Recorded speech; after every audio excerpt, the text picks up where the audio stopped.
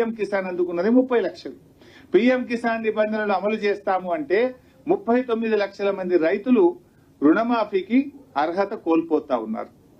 అదేవిధంగా మీరు డబ్బులో చూడండి, రైతు బంధు కింద ఒక సంవత్సరానికి మనం ఇచ్చే డబ్బు 15,248 కోట్లు. పిఎం కిసాన్ కింద ఇచ్చేటువంటి డబ్బు ఒక సంవత్సరానికి 1821 కోట్లు.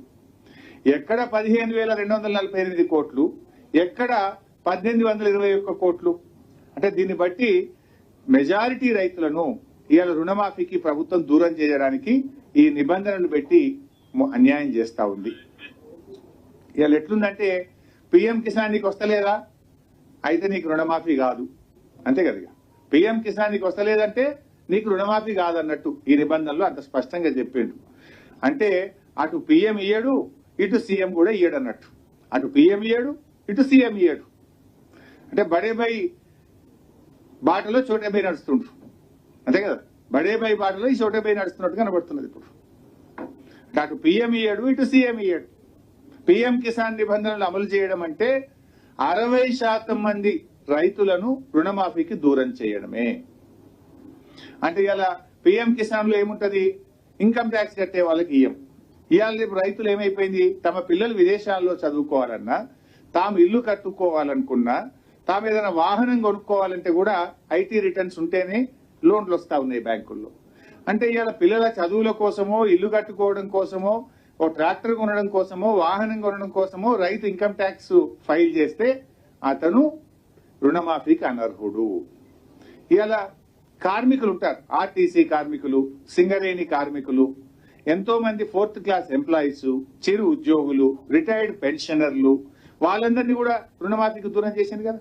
ఉపాధ్యాయులు, ఉద్యోగులు, రిటైర్డ్ ఉద్యోగులు, పెన్షనర్లు, ఆర్టీసీ కార్మికులు, సింగరేణి కార్మికులు, 4th క్లాస్ ఎంప్లాయీస్, ఈ చిన్న వాళ్ళందరినీ కూడా ఇవాళ మీరు రుణమాఫీకి దూరం చేసే ప్రయత్నం చేస్తా ఉన్నారు. అంటే గతంలో మా ప్రభుత్వం ఉండే, మేము రుణమాఫీ చేసినప్పుడు ఈ పిఎం కిసాన్ నిబంధనలు పెట్టలేదు, ఇలాంటి కోతలు మేము ఆలోచించలేదు. ఆ రోజు ఆయన రైతా కాదా, బ్యాంకులో క్రాప్ లోన్ తీసుకున్నాడా లేదా, పాస్బుక్ ఉందా లేదా, ఉంటే రుణమాఫీ చేయమన్నా. కానీ మీరు ఒకటి కుటుంబం నిబంధన అయితే ఒకరికే రేషన్ కార్డు లేకపోతే నీకు రాదు, పిఎం కిసాన్ నిబంధన నీకు పిఎం కిసాన్ డబ్బులు వస్తలేవా, నీకు రుణమాఫీ రాదు. ఈ రకంగా మీరు కోతలు పెడతా ఉన్నారు. అంటే రైతుల సంఖ్యను గణనీయంగా తగ్గిస్తున్నటువంటి పరిస్థితి ఉంది. ఇకపోతే 2 లక్షలకు పైగా అప్పు ఉన్నటువంటి రైతులు ఆ అప్పును వాళ్ళు కట్టిన తర్వాతనే రుణమాఫీ చేస్తారట. ఇది ఎక్కడని నాకు అర్థం కాదు. సపోజ్ ఒక రైతు 3 లక్షల రూపాయలు అప్పు ఉంది, ఏమంటుంది ప్రభుత్వం, నువ్వు ఆ 1 లక్ష తెచ్చి కట్టినాక నీకు 2 లక్షల రూపాయలు బ్యాంకులు వేస్తాము అంటున్నారు. అంటే ఇలా నీ అప్పు మాఫీ కావడం కోసం బయట 3 రూపాయలకు మళ్ళీ అప్పు తేవాలి. బ్యాంక్ ఎట్లా ఇయ్యదు, బ్యాంకులో ఆల్రెడీ అప్పు ఉన్నది. ఈ 1 లక్ష రూపాయలు వడ్డీ వ్యాపారుల దగ్గర పోయి 2 రూపాయల మిత్తికో, 3 రూపాయల మిత్తికో, 4 రూపాయల మిత్తికో ఇవాళ ఈ అప్పు కట్టడం కోసం రైతు కొత్త అప్పు తెచ్చుకోమన్నట్టుగా ఉన్నది ఈ ప్రభుత్వ తీరు. ఇవాళ ఇంకోటి కూడా ఉంది, ఇలా ఆయనకు అప్పు ఉట్టాలి ఎప్పుడు, ఆయన అప్పు కట్టాలి ఎప్పుడు, నువ్వు మాఫీ చెయ్యాలి ఎప్పుడు అంటే ఆలస్యం అవుతుంది. రుణమాఫీ ఆలస్యం కూడా జరుగుతుంది. ఇలాంటి షరతులు అవసరం లేదు. మీరు 2 లక్షల రూపాయలు రుణమాఫీ చేస్తామన్నారు. అతని అప్పు 3 లక్షలు ఉందా, 4 లక్షలు ఉందా, 2.5 లక్షలు ఉందా మీకు అనవసరం. మీరు నేరుగా 2 లక్షల రూపాయలు రైతు ఖాతాలో జమ చేయండి, ఇచ్చిన మాట ప్రకారంగా 2 లక్షలు రుణమాఫీ చేయండి. కానీ నువ్వు అప్పు చెల్లించిన తర్వాతనే మేము ఈ 2 లక్షలు చెల్లిస్తాము అంటే ఇది రైతులకు మోసం చేయడం, రైతులకు ఆలస్యం చేయడం.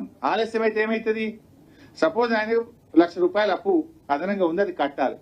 ఆ అప్పు కోసం ఆయన తిరిగి 2 నెలల్లో 3 నెలల్లో ఆ 1 లక్ష రూపాయలు తెచ్చి బ్యాంకులో కట్టాలంటే ఈ 3 నెలల్లోపు అతని వడ్డీ పెరిగిపోదా, అతని మీద మళ్ళీ మిత్తి భారం పడదా? నువ్వు ఇచ్చే 2 లక్షలు ఇచ్చేస్తే అట్లీస్ట్ అతని వడ్డీ భారం అన్న తగ్గిపోయేటువంటి అవకాశం ఉంటుంది. అంటే ఒక రకంగా ఇది ప్రభుత్వం రైతు రుణమాఫీని ఆలస్యం చేసేటువంటి ప్రయత్నం, రైతులను తిరిగి అప్పుల పాలు చేసే ప్రయత్నం.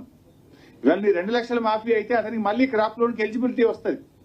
కానీ నువ్వు ఆ 2 లక్షల పైన ఉన్న అప్పులు కట్టాలంటే వడ్డీ వ్యాపారులను ఆశ్రయించి తిరిగి అప్పుల ఊబిలోకి రైతును నెట్టినటువంటిదే తప్ప ఇందులో రైతులకు మేలు జరగదు.